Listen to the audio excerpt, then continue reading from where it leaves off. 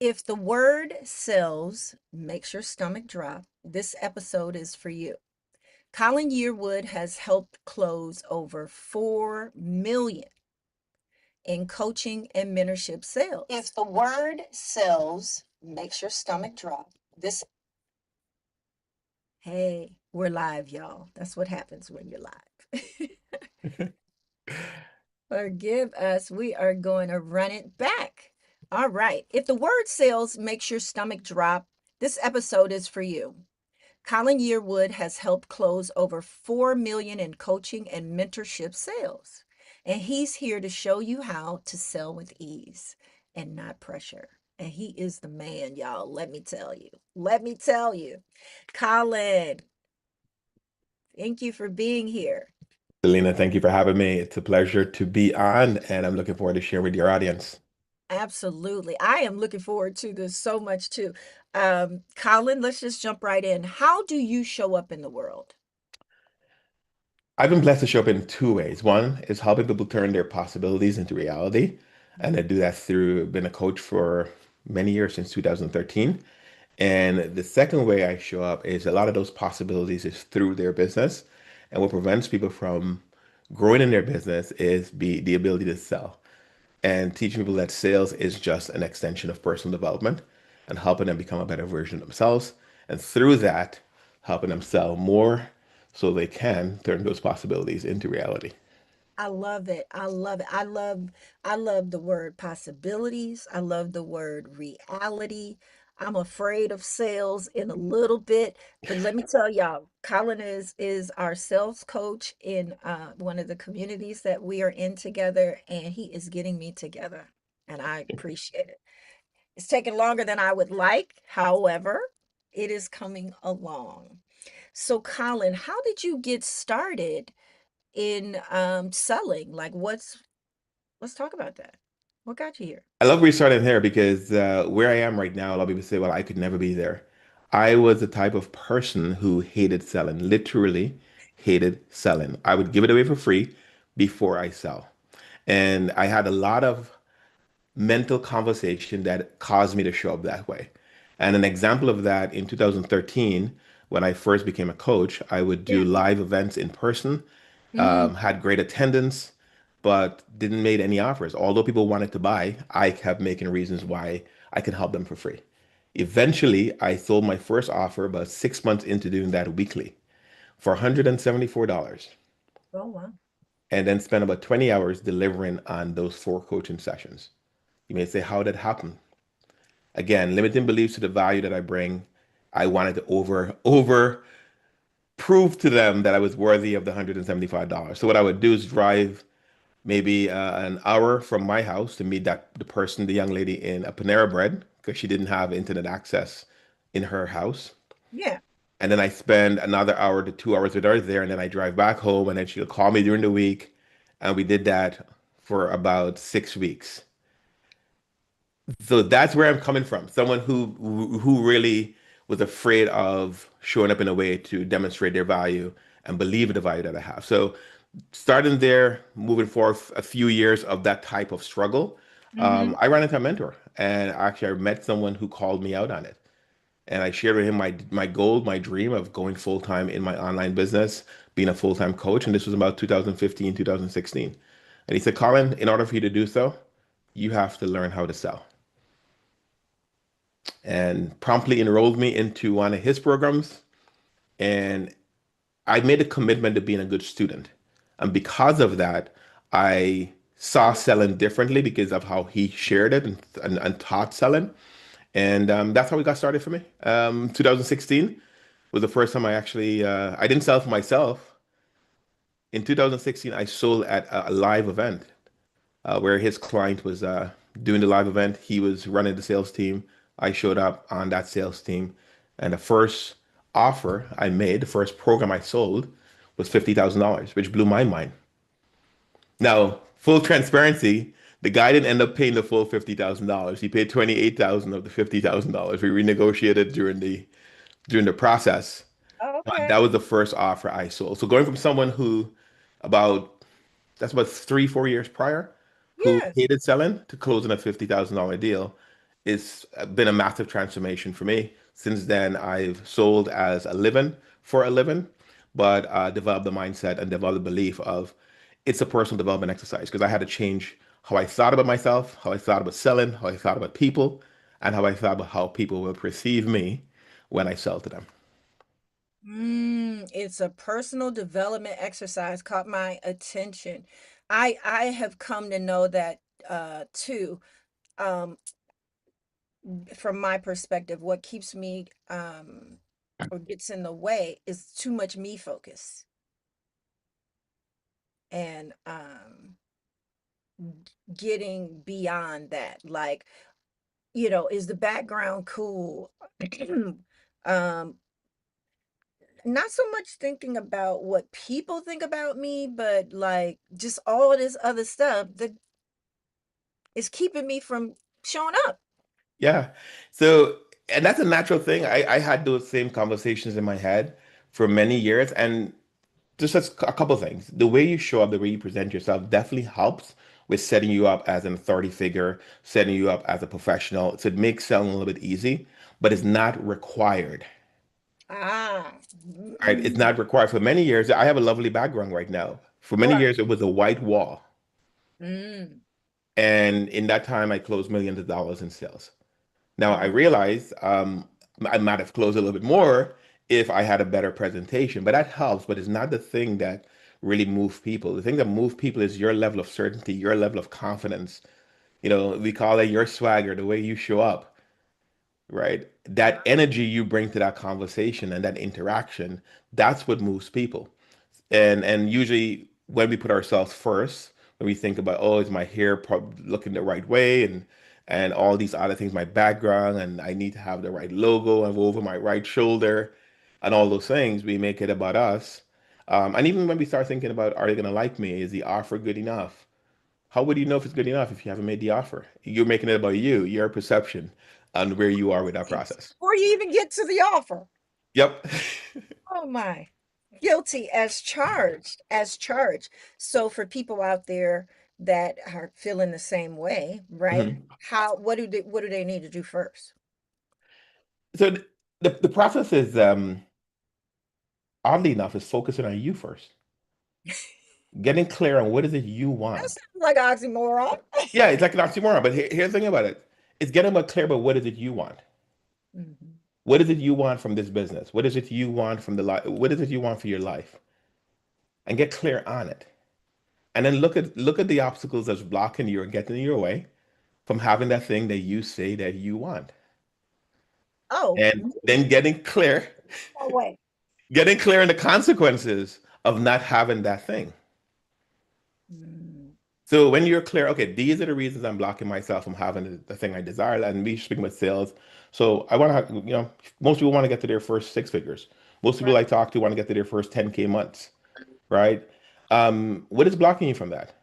And then you start examining, usually it's the beliefs, that internal conversation that's telling you all the, oh, you know what, your website is not perfect.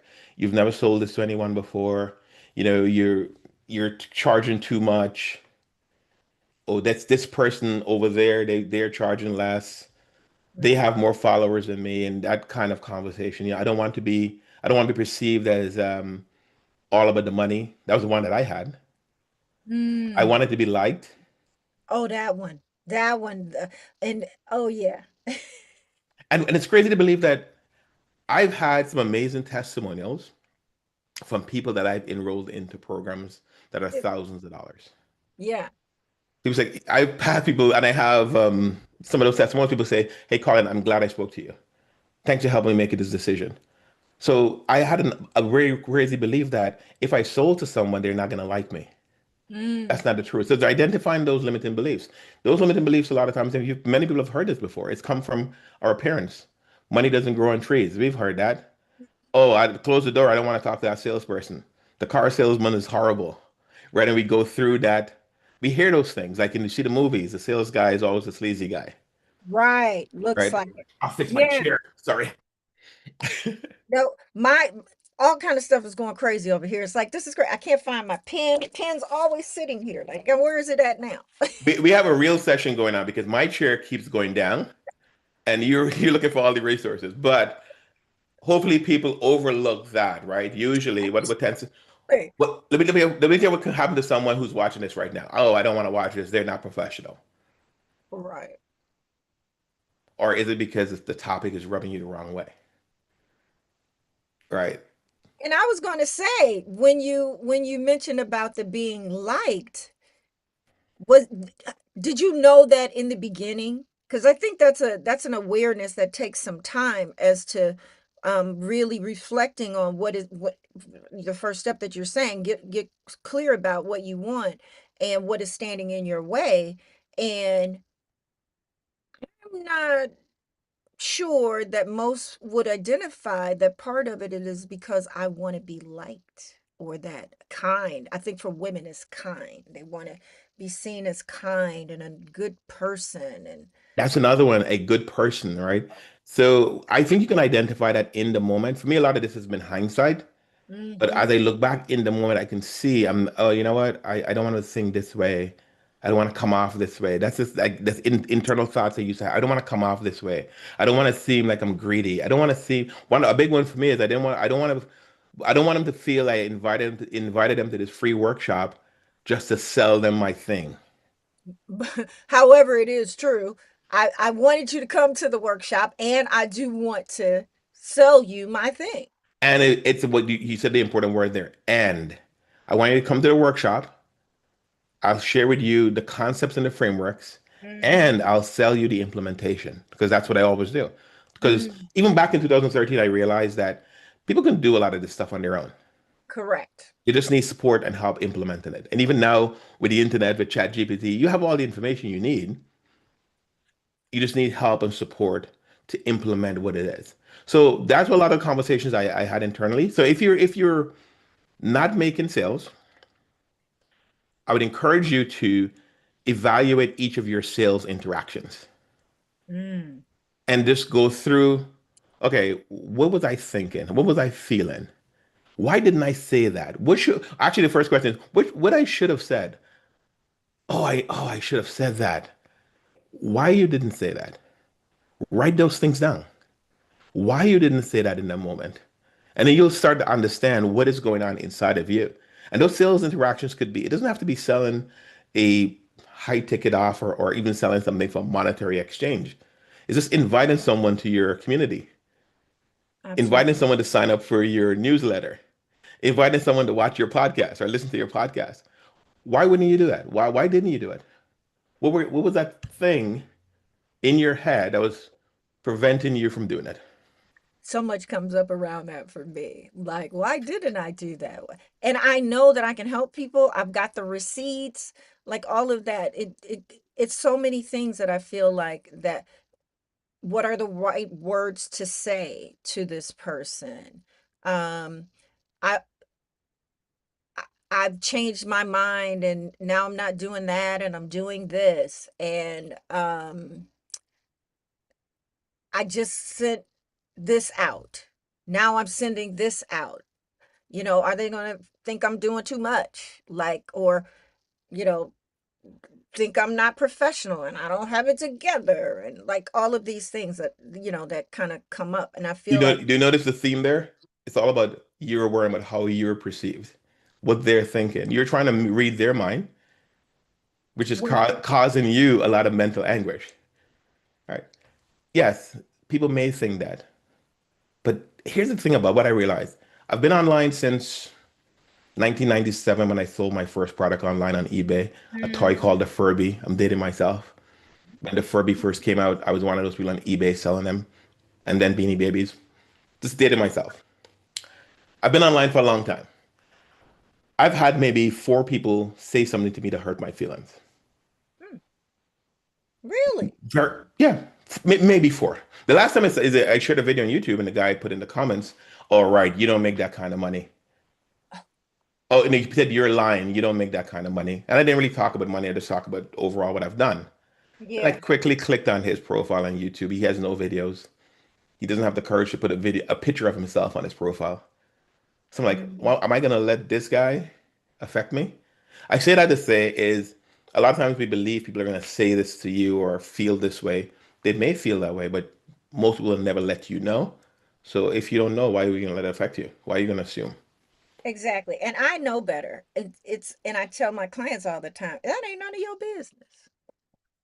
None of my business until you tell me. When you tell me to make, then I can make it my business, and then I can go through the process of dealing with it or getting better or figuring out or you know. So it's all starts with a conversation in your head. You can become better at selling when you're honest with yourself and understand, hey, these are the beliefs that I have. And I always encourage my clients and my students to go through a process. Write the limiting belief and then ask yourself a question, is this true? Hmm. Is this true? And if it's not true, if you answer yes, is true, okay, show me the evidence. Right, right. If you answer no, it's not true, okay, tell me why it's not true. So let's talk about one of the ones. I don't want to look like I'm all about the money. Is that true? Most people say no. Why isn't that not true? Because I really want to help people. I really want people help people create a transformation. I've done it for free. Other people are paid to doing it. So D- it's really writing the belief, questioning it, confirming is this true or not? Yes, most times it's not true about you, and then create the proof that is why, create the reasons why it's not true. mm, And that's the first thing to start changing how you see selling. mm. Another one that happens a lot of times is people say, you know what, hey, this is too much. This is too expensive. Compared to what? To who? Is it true? Is it too expensive? It's too expensive if you're looking at the result, the immediate result. But if you look at the transformation that you're offering, how would this impact their lives for the next year or 2 years? Is it worth that investment? Mhm. That's just another way of looking at your offer, looking at the value of it. A story along that line. When I got Start Selling, I invested $10,000 in 2016. Yeah. The best $10,000 I've ever spent. Mm. Now, did I make back all that money in 2016 or right away? No, it took me about a year of consistent sales, and I was making at events I was getting about 6% commission on the sales because they were bringing me more warm leads. So it took me a while to make the event make the money back. Right. But during that period of time, it started changing who I am. Because of that $10,000 investment, I've been able to create a full-time income as a coach, a full-time business. I haven't had I jokingly say real job um, since 2017 when I was laid off my corporate training role. But it all goes back to that $10,000 investment. So was it worth it? Of course. So Mhm. that's the way I always help people to get over the value that they offer. It may not be valuable to you in the short term, but if this person did what you promised them they'll do, how would it be worth it to them 2 years from now, 3 years from now? Where else in their life would it create value? It's Absolutely. building that level of belief and certainty around what you're doing, who you are, what you're selling. Those are the first two things. I love this. You may have answered this already, but I love to be specific and get clear about asking it. Same way, right? In being clear and making the offer. I'm known as the Mhm. disrupt her teacher. And I'm curious, what did the disruptor in you have to disrupt? The disruptor in me was saying no to another job after I was laid off in 2017. The Mm, disruptor in me was not going back to what was easy. And that during that time, I was having a lot of life challenges, relationship challenges, and then I got laid off. mm, My desire for many years, even before that, was to coach full time, to do my own thing full time. mhm, I became the disruptor in my life in April of 2016, if 17, when my company said, "Hey, we'll lay you off and we'll give you a month." We have another opportunity in Louisiana. I was living in Nashville at the time. I'm like, I don't want to move to Louisiana. right. And something in my head said, no, you can do this full time. I got a small severance, I think 3 months of severance. Mhm, And I said, I can do it full time. So I disrupt that pattern of what's normal. The disruption came also because I had to look at my dad. He's a very traditional guy. He's worked at the same job for 35 years before retiring. Yeah. He's like, when are you gonna get another job? You're gonna do what? You're crazy. I had to think about my family. What are they gonna think about me? So the easy thing for me to do in that time, and I was in a different spot. My kids were older and those kind of things. Hmm. But at that time, the disruptive thing was going after my dream. Absolutely. And look at you now. Still going after my dream. I'm still doing it, right? I'm still, it hasn't arrived as fully as I'd like it to be, but it's gotten better every year that I've been doing this, and opportunities have been growing, and I've been able to show up in a different way, um, year over year over year, and help people along the way. Agreed. Your impact is long reaching, Colin. You're being kind, maybe monetarily, but it's something else you said around you lost your job. Um, However, now you're in the work. You're doing your work, and I believe job and work are two different things. Work doesn't feel heavy. It's you know that you're on purpose, you're on the path. You have changed so many lives in the communities that we're in, and the comments and the things that I hear people say, and then the trajectory. I talked to Colin, and then next thing you know, they are like off to the races, making tons of money and all of the things that they desire because you've given an ease in selling, getting Yeah. comfortable with sales. So, in saying that, I'm curious, what is the difference between sales, selling, and like what is it ultimately, right? They're all the same thing. I think it's just the different ways people look at it. Mm, Selling is one of the best things you can do, but there's two parts to selling. Most people, like some people, experience selling where people are trying to convince them to do something for that person's good, not their good. That's what mm, people have experienced, right? I'm the salesperson trying to close you into a deal that may not be the right deal for you. It may be okay, but he's focused on his interests. He's selling for his good, or right, her. She's selling for her good, right? I want to close this deal. I want to make this commission. I've been there. I'm not an angel. I've been there. I've sold things. I've pushed sales because I needed to make some money. right. But as I evolved over, I realized the best sales for me came is when I stood, take a stand for that person and understand, is this the right thing for you? Would this help you? How can I articulate this offer in a way that you see is valuable, that you see you're getting more than you're paying for it? And when you're able to do so, it creates an ease in the conversation. Hmm. They lean in, they get Yeah. curious, they I make a just want to decision. sit here. Like, They make a decision that's good for them. They make a decision that they're confident about. They make a decision that they're certain about.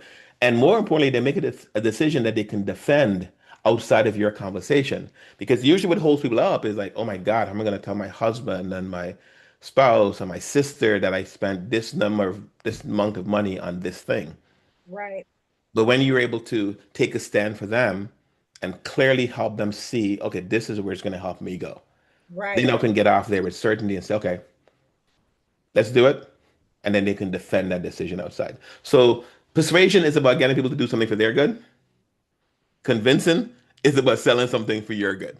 So to me, okay, that's the distinctions in sales. You don't have to be the person who convince, but if you're the person who try to convince people, that's when all the limiting beliefs inside of you will show up. But if you're the person who's taking a stand for that person, I'm going to persuade you because I know this is good for you. right, And lastly, we mentioned one other thing, and not being attached to the result. If you buy this or not, right? And most times, look, I had a mentor that says this, and I really embrace this. He said, Colin, you closing a deal for $25,000. I was selling a program for him at the time. He said, you force someone to buy this deal for $25,000. It's not going to change my life, and it's not mm, going to change your life. Your commission is 10%. $2,500 is not going to change your life. So why are you gonna make someone to make a decision for $2,500? What's going to change your life is when you're able to help someone get the results that they're looking for and get them into the right program. Because now you know you're having a ripple effect in the world. That is so good. Yes. I love that. And that's true. That's absolutely why I want to show up. I don't want another woman to go through what I've been through, and and I want her to come out on the other side if she does and has. Um, because it keeps so many people from their potential. Yep. And Yeah. here's the other thing, Selena. We know we have something that's good for people. We know that we're selling a product that serves them powerfully. We know we're gonna over deliver on what it is we're offering. We know that, and that's a place you need to start from. So just imagine if you shrink yourself, and that person now goes and buy that same product and service from someone who's gonna under deliver, someone who's gonna scam them, Hmm. someone who's gonna try to bait and switch them. Hmm. That's the way I look at it. I'm like, no, I don't want to set my leads up for that. I don't want to set my people up for that. I'm going to make it clear. You have that choice, but I want to be clear that I know I confidently share with you how I can support you. You can decide wherever you go, but I don't want to know like, oh man, I should have told her about that. I should have told him about that because I saw him go and buy this other thing that I clearly know is not good for them. So it's taking a stand for people, and that's the way I look at sales. And I think as you develop in the best version of yourself, Right. it becomes a little bit easier to take that stand. You're taking a stand for you, and then you're taking a stand for those people who are looking for the results that your product and your services offer. I love that. I'm curious, when did you realize that you were actually good at sales and how did it feel? March of 2020. To Right that at point, I the was selling for start? about 3 years, Yeah. and I was selling, and I realized at that point, I was selling based off of a natural gift that I have. I've been told and I've realized I have a good energy and I get along with people well. I relate to people really well, and I was leaning into that gift. And Mhm. when COVID happened, my mentor, they used to sell at online, offline events. Everything shifted online. Right. I'm like, okay, Colin, you have to become better at this process. So now I took that gift and Hmm. learned how to really become more effective by managing myself, by managing the sales process. So in about 2020, I realized, that, guys, this is a gift. This has been paying you for a couple of years. How do you build on this gift? Right. So that's where I had that breakthrough. And then we went on that year to have some amazing results because now everyone was doing online events. We were doing the back end sales for them. And it became a really beautiful experience because now I really had to lean into the selling skills and not just the personality part of it. The personality part is easy to translate when you're in person, right? But when you have a Zoom between you, you need to build on that personality with some selling skills. I love that. I love that. And it's so true. And continuing to practice it is where that happens. Absolutely. And here's the thing about it is a lot of times people don't practice selling. And but some people say practice make perfect. Mm, but perfect practice make perfect. And what Mm, happens is where sales practice comes in is when you're not in front of your potential client. Is when mm, you're doing some role plays. Is when you're looking in front in the mirror, reciting your offer. Something I did. When my mentor put it in front of me the first time, here's the offers. 10, 15, 50. I'm like, 50? Who will pay $50,000? But I yeah, had to realize I had to develop the confidence to say that with a straight face, to say that with the right energy. I started going in front of the mirror and looking at myself, as I said. So the offer is $50,000. So the offer is $50,000.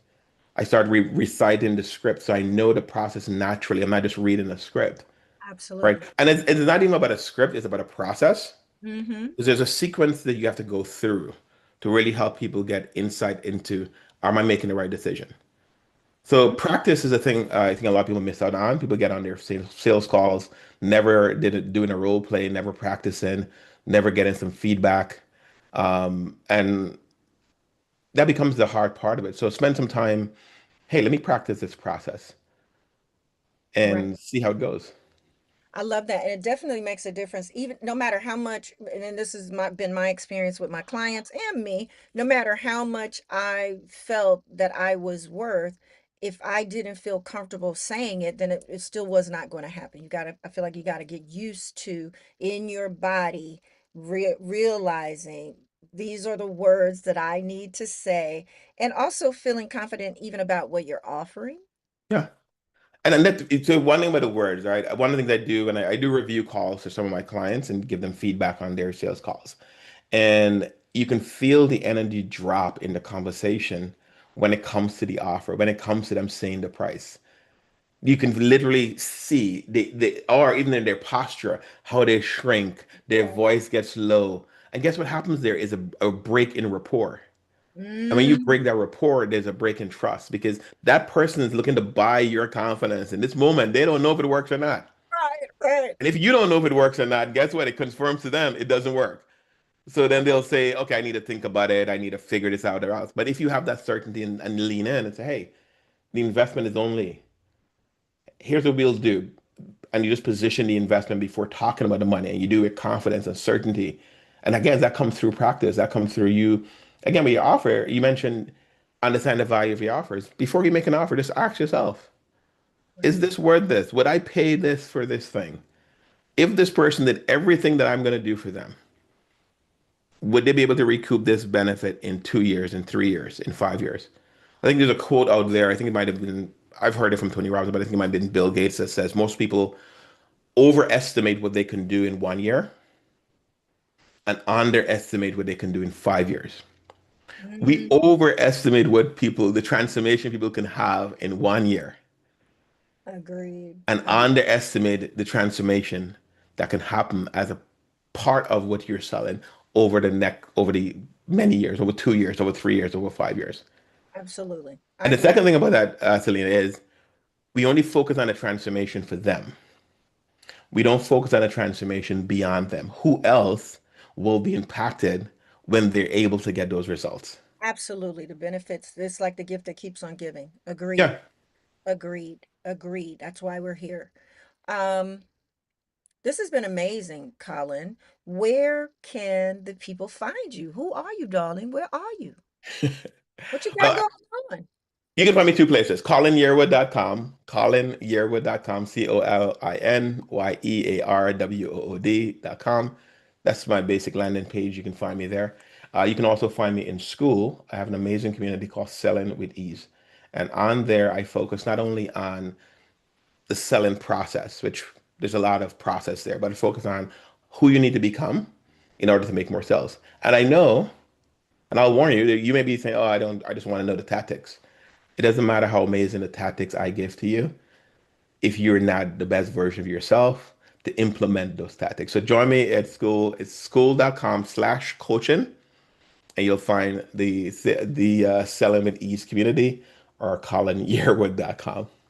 And just for clarity, school is spelled a little bit cooler than the word school. You're right, SKOOL. You're absolutely right. So, but colinyearwood.com, you'll find it there. But definitely, and I'm on LinkedIn and the Facebook. So those are the two places I show up most often. That's fantastic. Thank you, Colin. It's been amazing. I have one final question for you. Do you have any questions for me? Selena, the thing that I admire about you, I'll just tell you a statement and not a question, is your persistence and perseverance in going after the desire to disrupt the lives of people in a positive way. Uh, for the time I've known you, you've been consistently growing and consistently pursuing that person to help them and aid them in disrupting their lives. And I admire that about you. Curious though, where did the disruptor come from? Disrupt her came from a number of things. Being in a narcissistic marriage and losing my identity and not knowing who I was, At the time, I was working a full-time job in my profession. That professionally, what I got paid for was business continuity and disaster recovery. And I knew that I was always a person that did not really, I moved to the beat of my own rhythm. And it was gone. It wasn't happening. And then when I went in search of a me for me, someone to help me figure out, like, how do I um, get through this, it came in the form of a life coach. And I realized at that time when it was happening, it's like, this is a profession. I've been doing this 30 something years for free, and showing up in that way. So while I was getting support, I also got certified as a life coach and realized this was my life's purpose because it was what I would do for free. And so, and along the way, the word disrupt her showed up, and I was like, oh, it just stuck. And here we are. Keep doing the amazing work you're doing. Thank you. And so to you, y'all get at Colin. Anything that you'd like to share with the folks before we go, Colin? I just want to encourage people to what you're dreaming to be possible is possible. And a lot of that dream doesn't start with the tactics, but it starts with you identifying what's within you that's keeping you from pursuing it. And when you're able to build that muscle of becoming a better version of yourself, everything, those possibilities become easier to turn into reality.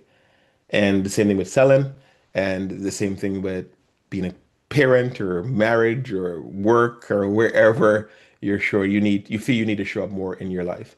So I encourage you to lean into being the best version of yourself. It's a beautiful thing when you experience it, and it's a beautiful thing as you see yourself grow into it. Agreed. What he said. Until next time, take